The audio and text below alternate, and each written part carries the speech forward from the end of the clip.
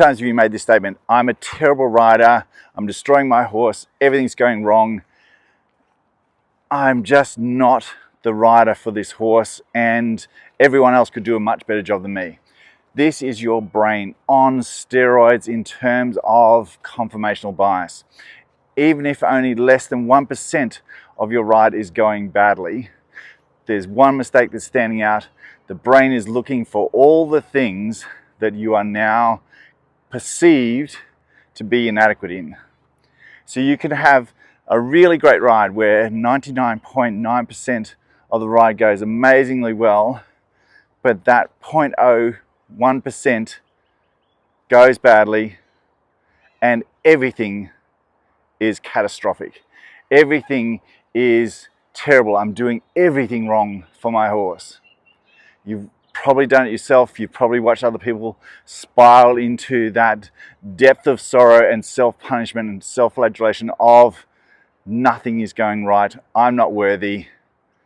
I can't do this thing. So one of the biggest things we have to come to terms with is making sure that we understand what percentage it is. And so long as during those times that we're making the mistake, we are safe, then we can address it as just retraining. So long as we can understand it as just a training issue that is isolated and it is a coming to terms with a new skill, then this changes the perception of everything that we're doing. So you think of it as a skill loss, a skill that hasn't been acquired, a skill that you don't understand, a miscommunication, or is it an abject failure of everything that you are? And if you're thinking of it as an abject failure of everything that you are, then you can't get through that training process.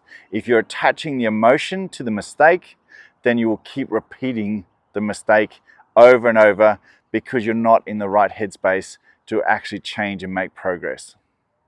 So sometimes it's coming to terms with what the mistake is. Sometimes it's coming to terms with your expectation of how much can be done, and also your perception of how much is happening in this time. In other words, is it in isolation one mistake, whereas everything else is going really well? Then that is a training outcome that you need to look at and how you address it and adapt to it. And that's the wonderful thing. We're supposed to be the intelligent part of the species. So we're supposed to be able to be adaptive. We're supposed to be able to acquire skills. We're supposed to be able to learn and be flexible and understanding how to nut out a problem. If we get bogged down in the emotion, we will remain in that problem. As riders, it is so easy to attach an emotion to the problem and we stay stuck in that place. And those feelings of I'm not worth it, everyone else can do so much better than me, there's just no possible way that I can go forward, and everyone else could have done it in half the time and it's only me that's stuck. And the misery story just keeps getting louder and stronger and stronger and stronger. And yet, if we break it down into what's the skill that is needed, what's the approach that is needed, am I going about it the right way?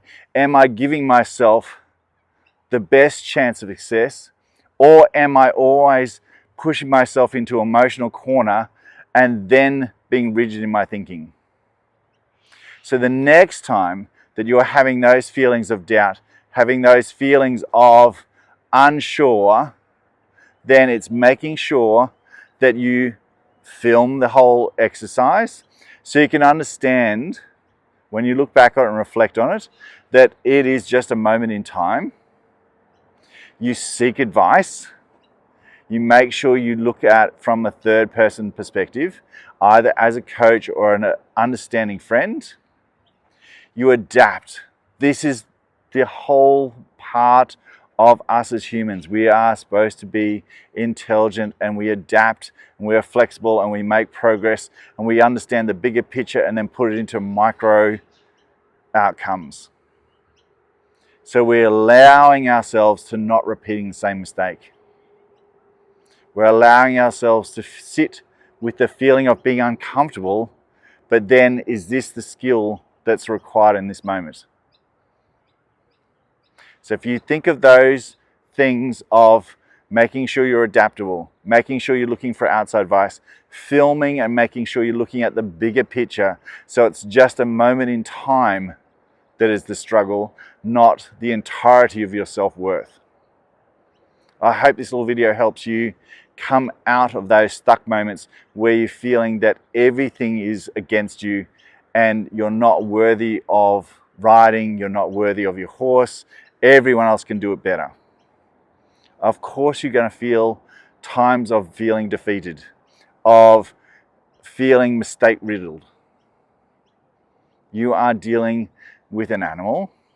You are dealing with an animal that may be at different stages of its training and its progress, and its stages of even seasons and all number of things that can be happening.